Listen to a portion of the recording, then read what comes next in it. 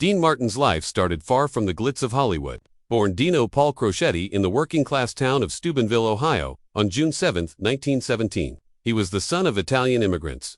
Speaking only Italian until he was 5, Dino was mocked for his accent and broken English, but instead of fighting back, he used humor and charm skills that would later define his career. As a teen, he dropped out of school, working dangerous jobs in steel mills and bootlegging liquor to support his family. At just 16, he was deep in the underworld.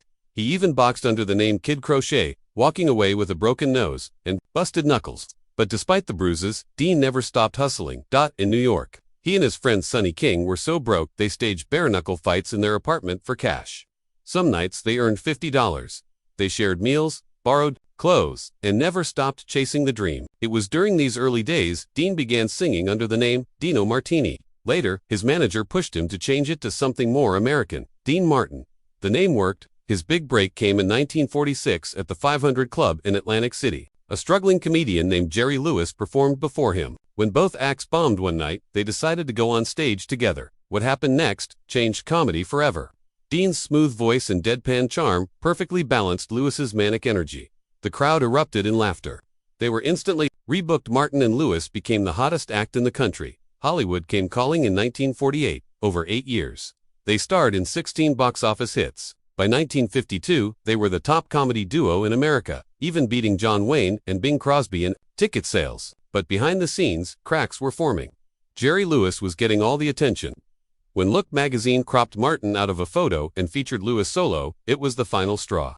In 1956, after filming Hollywood or Bust, Martin exploded, telling Lewis he was nothing more than a dollar sign. They didn't speak for 20 years. Martin's solo career nearly died before it began. His first posthumous film, 10,000 Bedrooms, flopped, losing over $1 million. But Dean took a pay cut for a dramatic role in The Young Lions, acting alongside Montgomery Clift and Marlon Brando. Critics were stunned. He proved he wasn't just a singer or comic foil, he was a real actor. His music career soared too. In 1964, he did the unthinkable. His song, Everybody Loves Somebody, knocked the Beatles off the top of the charts. He was the only traditional crooner to do it during Beatlemania. The lyrics were later engraved on his tombstone. Martin's comeback continued with his role in Rio Bravo opposite John Wayne, playing a drunk deputy.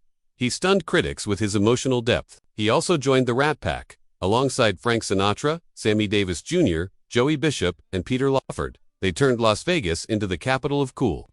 Performing by night, filming Ocean's 11 by day, they defined a golden era.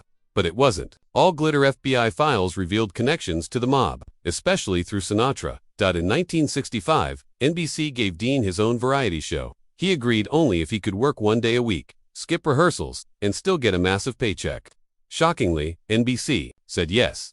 The Dean Martin Show became a hit, running 264 episodes. His drinking act, often staged with apple juice, not whiskey, was part of the charm. Offstage, he lived a quiet life. But Dean's love life was turbulent. He married 3 times. His first wife, Betty, struggled with alcoholism, while Martin had multiple affairs. The marriage ended in 1949.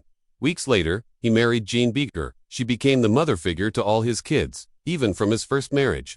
They lasted 24 years, but Martin's infidelity never stopped. After their divorce in 1973, Jean never remarried. And even after they were apart, she stayed close, especially when tragedy struck. That tragedy came in 1987. Their son, Dean Paul Martina, former pop star turned Air Force pilot, was killed when his jet crashed during a training mission. He was just 35. Dean Martin was never the same. His close friends said it broke him. He became reclusive, stopped performing, and began slowly fading away. At the time, Martin had been rehearsing for a reunion tour with Sinatra and Sammy Davis Jr. He performed a few shows but then walked away. His grief was too heavy. From then on, Jean would often sit at a nearby table, watching him eat alone in silence. It was like she was mourning him while he was still alive. One friend said, in 1993, Martin was diagnosed with lung cancer. He refused surgery. "I'm just waiting to die," he told his friend Paul Anka, and 2 years later, on Christmas Day, 1995, he passed away in his Beverly Hills home. Las Vegas went dark. The Strip dimmed its lights for 10 minutes in his honor, a tribute reserved for legends.